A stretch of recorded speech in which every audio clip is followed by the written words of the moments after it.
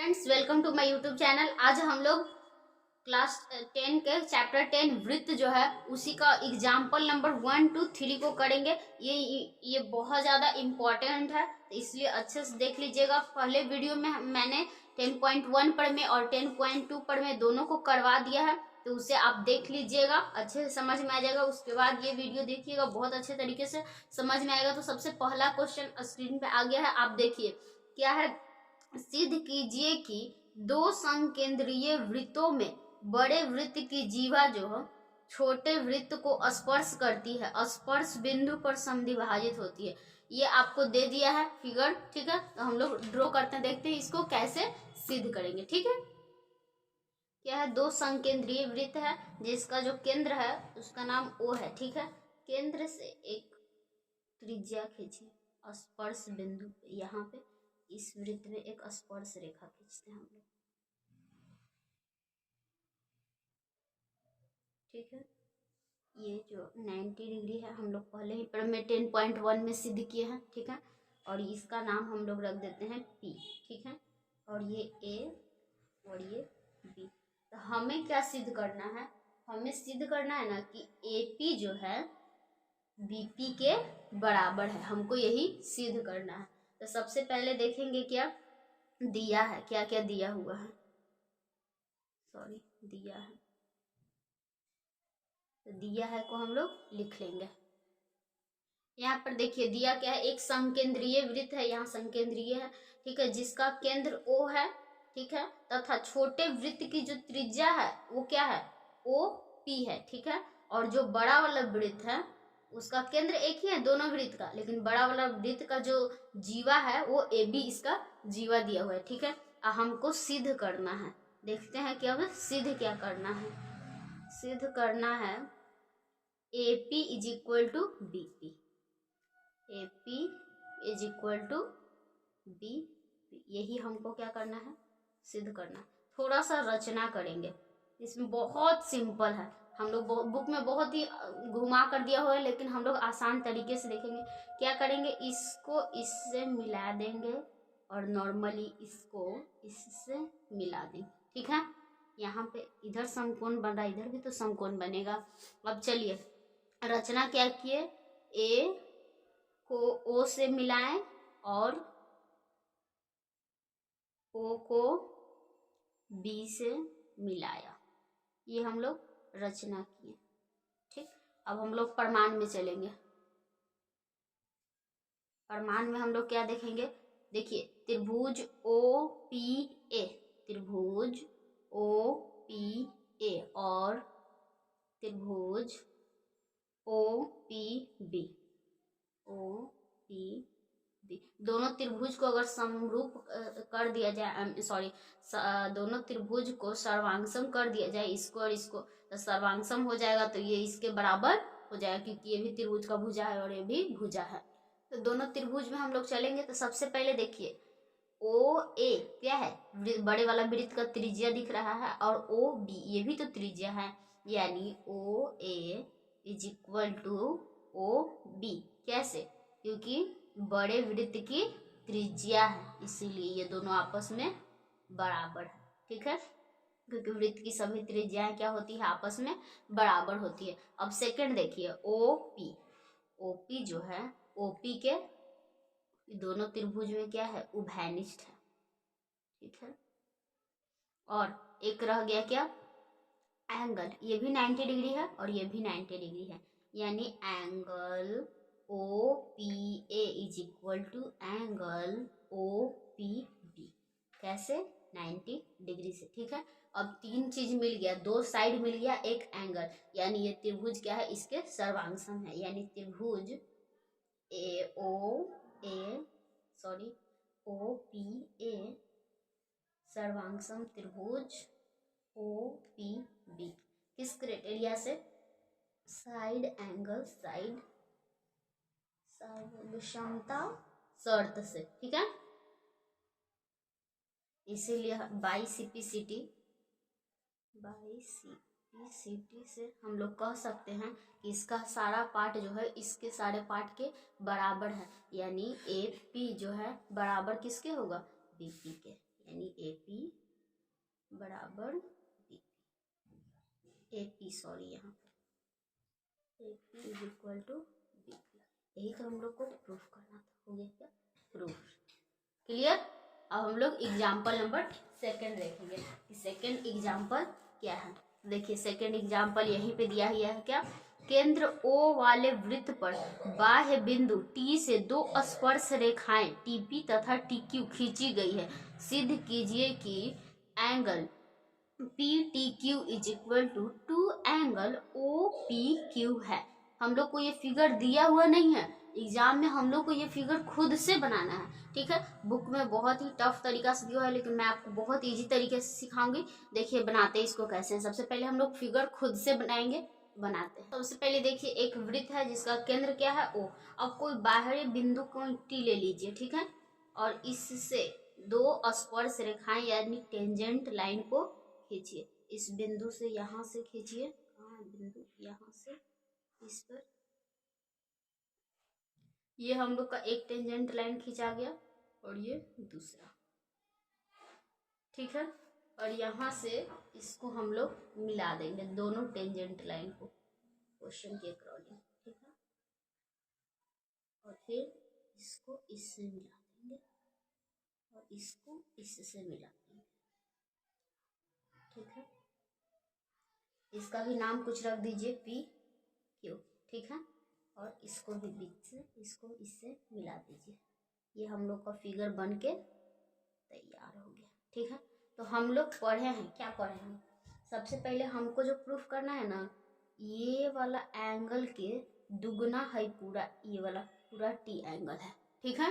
यही हमको प्रूफ करना है। फिगर समझ में आ रहा है।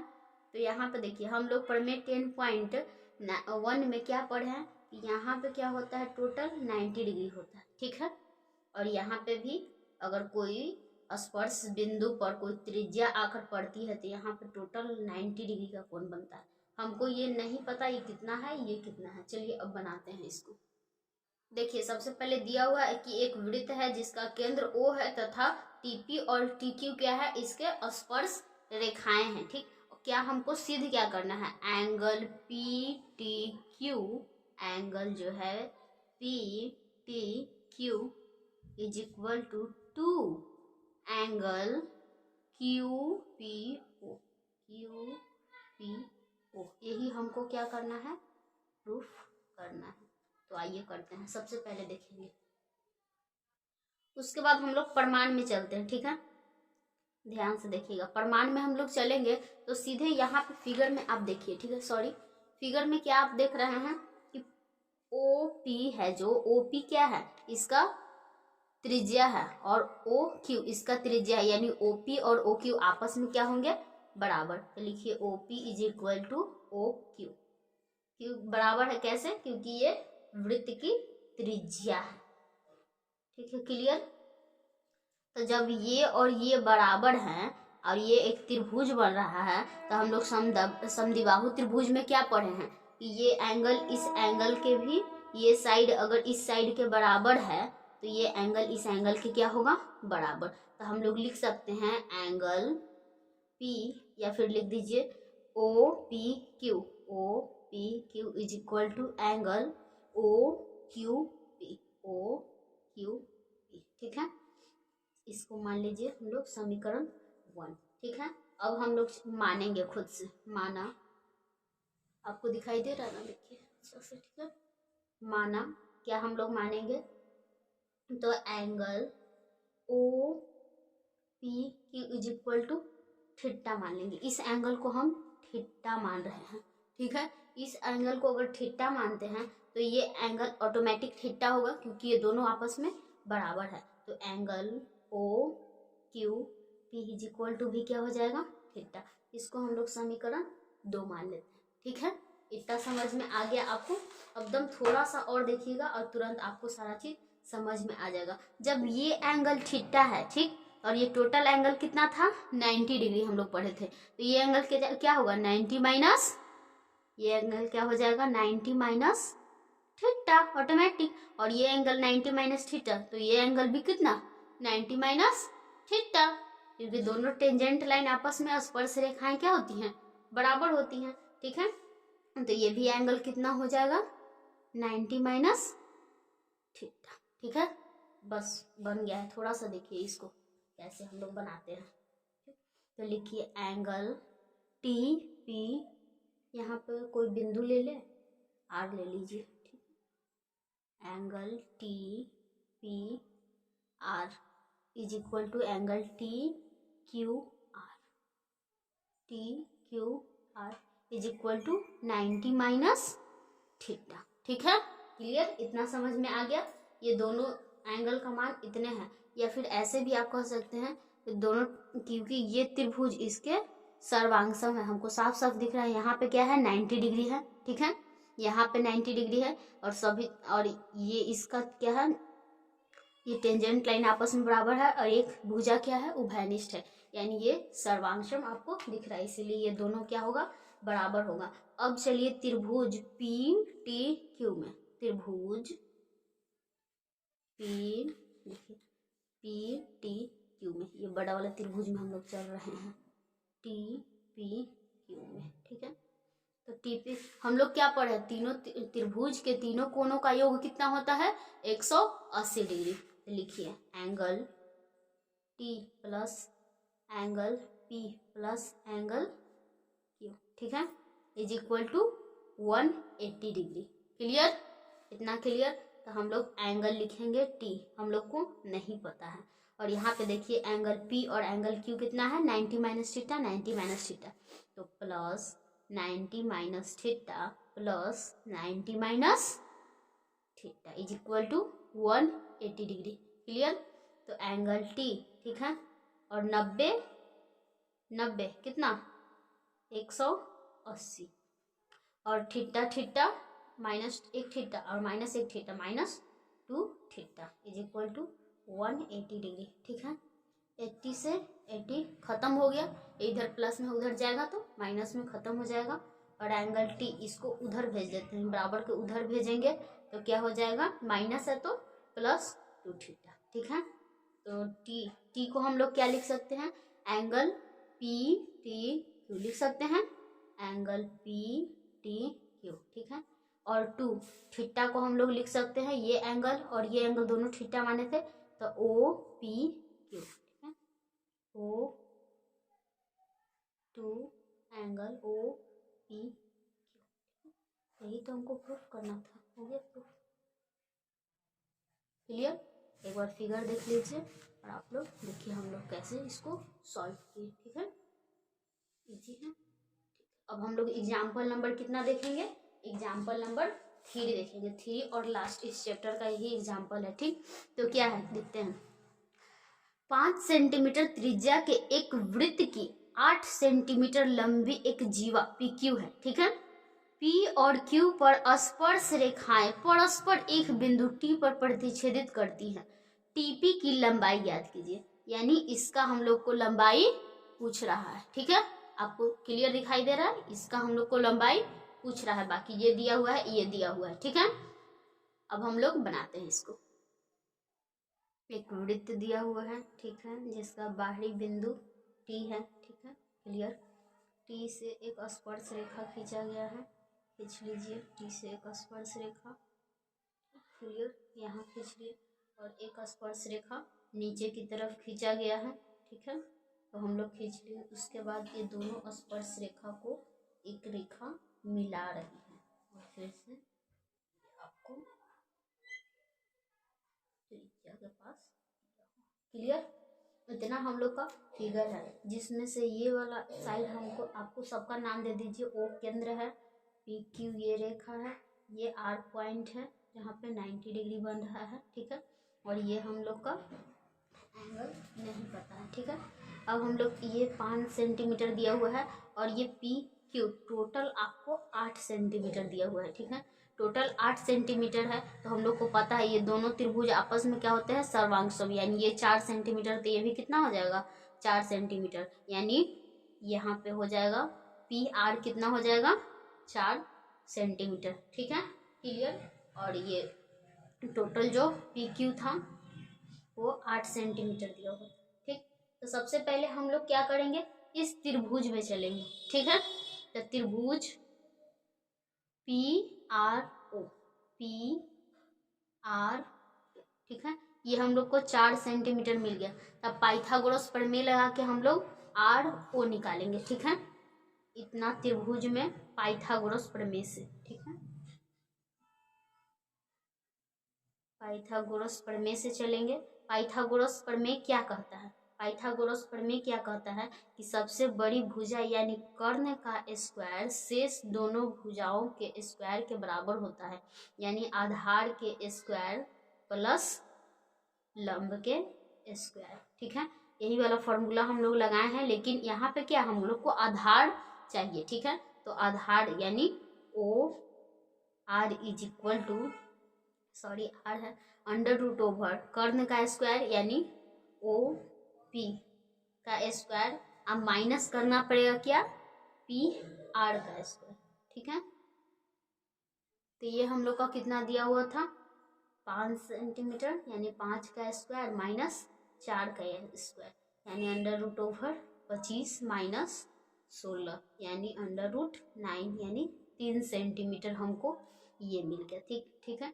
3 सेंटीमीटर ओ आर हम लोग को प्राप्त हुआ, ठीक। अब हम लोग क्या करेंगे, दोनों त्रिभुज में चलेंगे, त्रिभुज ये और त्रिभुज ये, ठीक है। यानी त्रिभुज छोटा वाला को पहले ले लेते हैं, ठीक है।